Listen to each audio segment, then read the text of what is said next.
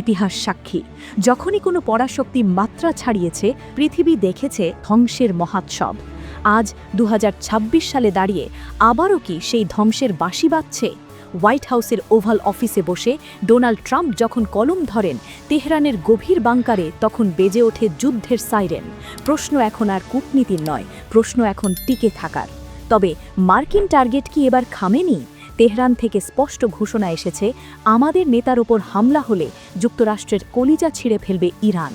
মধ্যপ্রাচ্যের আকাশে এখন বারুদের গন্ধ। চারদিকে শুধু একটি প্রশ্ন, পৃথিবী কি আরও একটি মহাযুদ্ধের দ্বারপ্রান্তে? ডোনাল্ড ট্রাম্পের হোয়াইট হাউসে প্রত্যাবর্তন কি বদলে দেবে ইরানের মানচিত্র?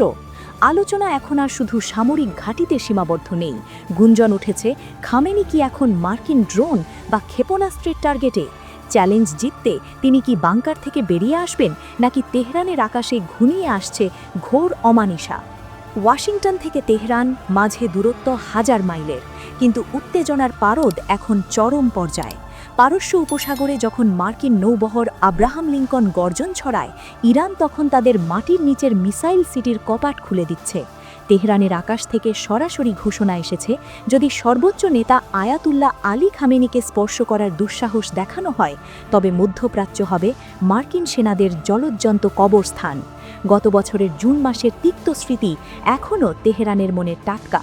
সে সময় ইসরায়েলি যুদ্ধবিমান যেভাবে ইরানের আকাশ সীমা প্রায় বাধাহীনভাবে অতিক্রম করেছিল, তা তেহরানের প্রতিরক্ষার দুর্বল দিকগুলো সামনে এনেছে। সে অভিযানের পরই ফোরদর মতো ভূগর্ভস্থ পারমাণবিক স্থাপনায় মার্কিন হামলার কথা খোলাখুলি আলোচনায় আসে। কিন্তু এবার টার্গেট আরও বড়, আরও ভয়ঙ্কর। খামেনিকে লক্ষ্য করে গুপ্ত হত্যার যে তাত্ত্বিক আলোচনা চলছে, তা আন্তর্জাতিক আইনের চরম লঙ্ঘন হলেও ডোনাল্ড ট্রাম্প কি সেই পথে হাঁটবেন? ইরান পরিষ্কার ভাষায় জানিয়েছে, সর্বোচ্চ নেতার ওপর হামলা মানেই সরাসরি যুদ্ধ। প্রেসিডেন্ট মাসুদ পেজেশকিয়ান বলেছেন, এমন কিছু হলে ইরান সর্বাত্মক জবাব দেবে। ইরানের সবচেয়ে বড় শক্তি তাদের ভূগর্ভস্থ ক্ষেপণাস্ত্র নগরী। ধারণা করা হয় সেখানে অন্তত 2000 উচ্চ গতির ব্যালিস্টিক ক্ষেপণাস্ত্র মজুদ আছে। যুদ্ধ শুরু হলে প্রথম লক্ষ্য হতে পারে মার্কিন রণতরী আব্রাহাম লিঙ্কন এবং এর সহযোগী জাহাজগুলো। পারস্য উপসাগরের কাছে এলে ড্রোন ও ক্ষেপণাস্ত্র হামলার ঝুঁকি বহুগুণ বাড়ে। এছাড়া কাতারের আল উদিদ বিমান ঘাঁটি সহ মধ্যপ্রাচ্যের বিভিন্ন মার্কিন ঘাঁটি এখন ইরানি মিসাইলের নিশানায় রয়েছে। যদিও সেখানে প্যাট্রিয়ট প্রতিরক্ষা ব্যবস্থা আছে, তবুও সাম্প্রতিক পরিসংখ্যান বলছে সব ক্ষেপণাস্ত্র ঠেকানো কোনোভাবেই সম্ভব নয়। ইরানের হাতে থাকা ফাত্তাহ হাইপারসনিক মিসাইল মাত্র কয়েক মিনিটে মধ্যপ্রাচ্যের যে কোনো লক্ষ্যবস্তুতে আঘাত হানতে সক্ষম। যুদ্ধ কি শুধু সাগরে আর আকাশে? না, ইরানের অলিগলিতে এখন গোয়েন্দাদের ছায়া। ইদানিং ইরান তাদের অভ্যন্তরীণ নিরাপত্তা জোরদার করেছে এবং বিভিন্ন প্রদেশে গুপ্তচরদের বিরুদ্ধে কঠোর ব্যবস্থা নিচ্ছে।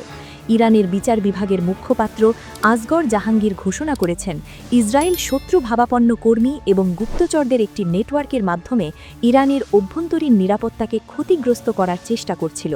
তাদের লক্ষ্য ছিল সামরিক হামলার পাশাপাশি দেশে বিশৃঙ্খলা ও নাশকতামূলক কর্মকাণ্ড চালানো। জাহাঙ্গীর দৃঢ়তার সাথে বলেছেন যে বিচার বিভাগীয় এবং নিরাপত্তা সংস্থাগুলোর সিদ্ধান্তমূলক পদক্ষেপের কারণে এই সমস্ত ষড়যন্ত্র ব্যর্থ করা হয়েছে।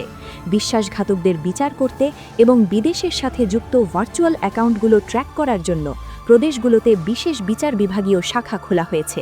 লড়াইটা এখন শুধু সীমান্তের কাঁটাতারে নয়, লড়াইটা এখন সাইবার স্পেস আর রাজপথের অন্ধকারেও। তবে একটি কথা পরিষ্কার, 2026 সালের এই ইগো এবং শক্তির লড়াইয়ে যে পক্ষই প্রথম ট্রিগার চাপুক, তার মাসুল দিকে হবে পুরো বিশ্বকে। খামেনি বাংকারে থেকে কি চ্যালেঞ্জটা জিতে নেবেন, নাকি ট্রাম্পের জেদ পৃথিবীকে এক অন্ধকার যুগে ফিরিয়ে নেবে? বাংকারের রহস্য আর বারুদের গর্জন, এই দুয়ের মাঝে আজ ইতিহাস থমকে দাঁড়িয়েছে। সময় বলে দেবে কে হবে এই দাবার আসরের শেষ রাজা। তেহরানের অলিতে গলিতে আজ একটাই স্লোগান, শেষ রক্তবিন্দু পর্যন্ত লড়াই চলবে।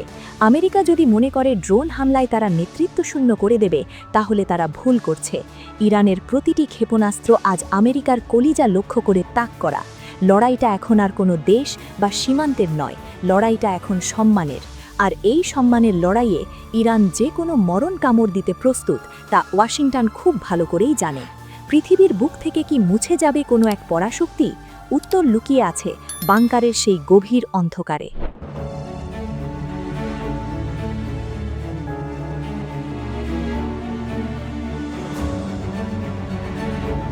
আজকের এই টানটান উত্তেজনাকর পরিস্থিতি নিয়ে আপনার মতামত কি?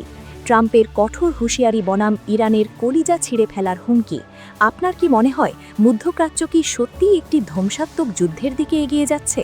কমেন্ট বক্সে অবশ্যই আপনার মূল্যবান মতামত জানান। ভিডিওটি ইনফরমেটিভ মনে হলে একটি লাইক দিন এবং বন্ধুদের সাথে শেয়ার করে এই গুরুত্বপূর্ণ তথ্যটি দেখার সুযোগ করে দিন। আর ভূ রাজনীতি এবং বিশ্ব পরিস্থিতির এমন রোমহর্ষক বিশ্লেষণ সবার আগে পেতে আমাদের চ্যানেলটি এখনই সাবস্ক্রাইব করে পাশের বেল আইকনটি চেপে রাখুন। দেখা হচ্ছে পরবর্তী ভিডিওতে। ততক্ষণ ভালো থাকুন, নিরাপদে থাকুন। ধন্যবাদ।